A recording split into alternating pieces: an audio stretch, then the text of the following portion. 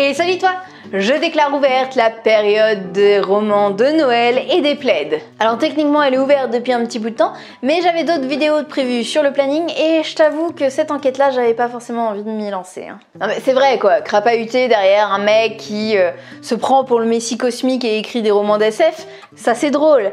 Mais alors par contre se taper une bouillie féerique, immangeable comme ça, je t'avoue que ça envoie pas du rêve.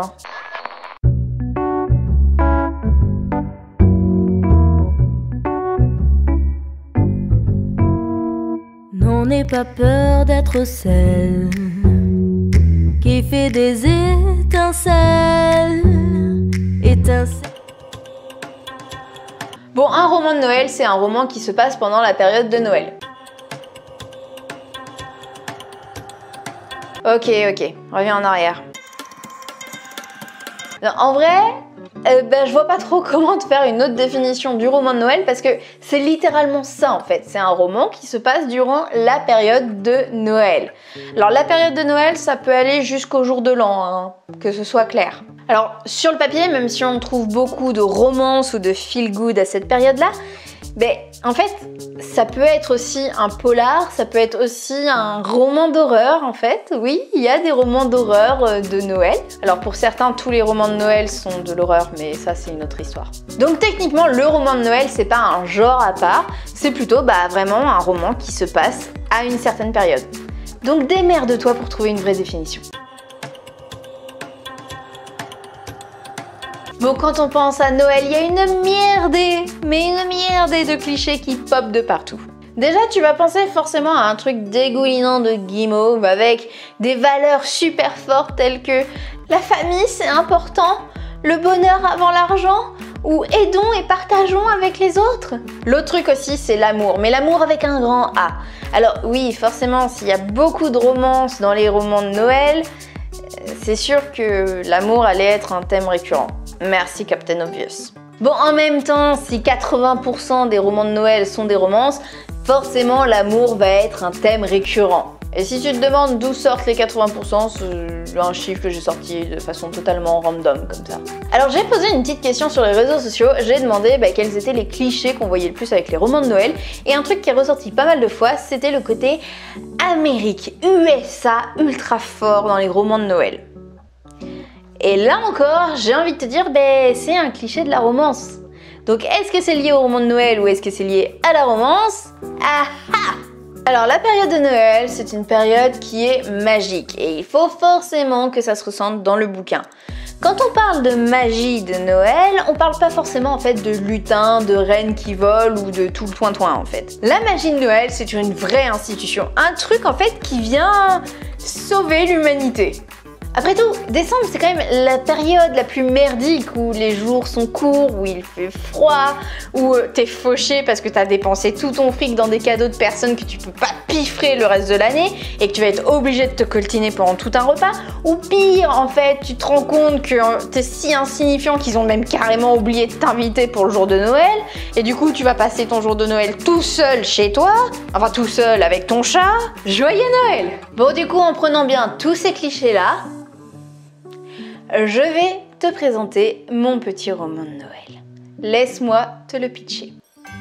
Beverly est une jeune New-Yorkaise pour qui tout réussit. Tout? Ah, il lui manque pourtant l'amour, mais Beverly n'a pas le temps de trouver l'amour. Elle n'a d'ailleurs le temps pour rien. Entre deux conf calls, elle va rejoindre sa famille texane qu'elle n'a pas revue depuis des années. Là, avec eux, elle fêtera le réveillon. C'est l'histoire de seulement quelques jours. Quelques jours? Vraiment? Et pourtant, rien ne va se passer comme prévu. Alors que la neige tombe sur la ville... Oui, il neige au Texas, c'est la magie de Noël, ok? Donc, je reprends.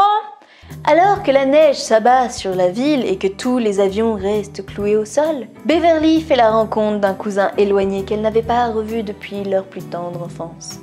Brendan. L'inceste est toléré au Texas, ok? C'est même encouragé. Tiens, d'ailleurs, ça me fait cocher la case valeur familiale. Le jeune homme mystérieux est très loin du souvenir du petit garçon timide qu'elle avait. Pourtant, la complicité renaît bien vite et avec elle, leur jeu d'enfant.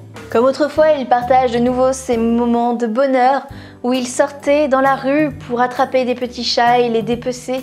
où ils découpaient leur chair pour pouvoir ensuite les rôtir et en faire de délicieuses tourtes. Guidés par l'euphorie de cet amour renaissant, les deux tourtereaux décident alors de partager avec leur prochain et d'offrir aux sans-abri leurs fameuses tourtes. Bon, il y a encore 2-3 points à peaufiner, mais je pense que je tiens mon roman de Noël là.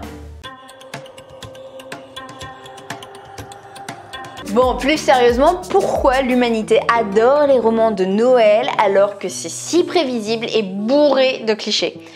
Tout simplement en fait parce qu'il y avait un petit peu de vrai dans ce que je disais avant. C'est-à-dire que les fins d'année, c'est la période un peu moisie des remises en question, des bilans, des tantes qui pleurent en sirotant leur verre de champagne parce qu'elles ont trouvé leurs premiers cheveux blancs cette année.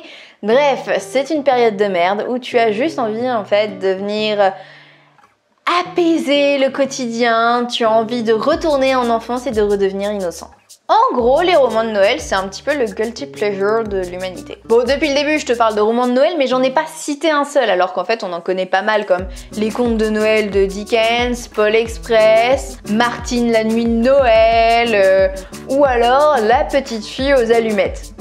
Bon, celui-là, c'est peut-être pas un bon exemple si t'es un petit peu déprimé. Mais est-ce que tu savais que même Tolkien s'est lancé dans l'écriture du roman de Noël?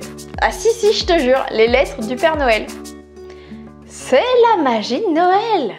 Bon, moi, je t'avoue, je suis pas vraiment roman de Noël, hein, c'est pas trop mon délire. Mais l'année dernière, j'avais eu la chance en fait de découvrir ce roman-là à Noël, le Macavé givré à servir bien frais. Alors, c'est plus ou moins de notoriété publique que je suis une énorme fan de Catherine Seck, j'aime beaucoup ce qu'elle écrit. Mais si j'ai un roman de Noël qui casse les codes à te conseiller en fait, c'est bien celui-là. C'est un polar, alors un polar blanc comme d'habitude avec Catherine Seck, donc c'est-à-dire avec beaucoup d'humour, voilà, détente, hein, donc pour le coup tu peux retrouver un petit peu l'esprit de Noël là-dedans, mais par contre t'as pas du tout le côté très cliché et ainsi de suite des romans de Noël quoi. Sinon, il y a également en fait le roman de Bernie Colling que tu peux retrouver qui est dans le thème de Noël aussi, qui s'appelle C'est mon droit. Et là, encore une fois, tu viens vraiment casser les codes du roman de Noël parce que c'est un petit peu ce que je qualifierais du feel bad. C'est-à-dire que c'est un roman assez sombre, tranche de vie très sombre.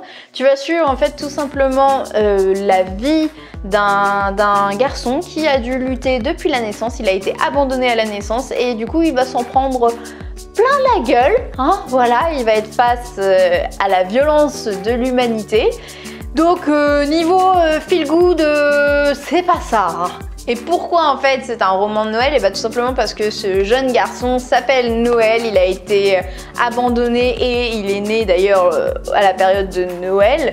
Et donc du coup tu vas avoir toute cette ambiance des fêtes de fin d'année qui va apparaître au fur et à mesure du roman. Bon, par contre c'est vraiment pas à mettre dans la main de tout le monde parce que il y a beaucoup de violence, on parle de viol et ainsi de suite quand même, hein.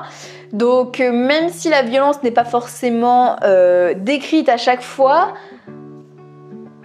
tu comprends ce qui se passe. Voilà, c'est tout pour aujourd'hui. J'espère que cette petite enquête autour des romans de Noël t'aura plu. D'ailleurs, la semaine prochaine, on va refaire une autre enquête. Eh oui, 2 enquêtes dans le même mois, dis donc. Bref, je vais faire une enquête sur un terme plus ou moins polémique, on va dire ça comme ça. Ouais, on va mal finir l'année, je pense, mais c'est pas grave. En tout cas, si cette vidéo-là t'a plu, n'hésite pas à la partager, puis à mettre en commentaire, tiens, dis-moi tes livres de Noël à toi qui changent totalement de tout ce cliché-là, si t'en as à conseiller. Et puis, comme ça, j'irai regarder pour voir, faire une petite liste. En tout cas, j'espère que ça t'aura plu. Je t'embrasse fort. C'était Mélanie.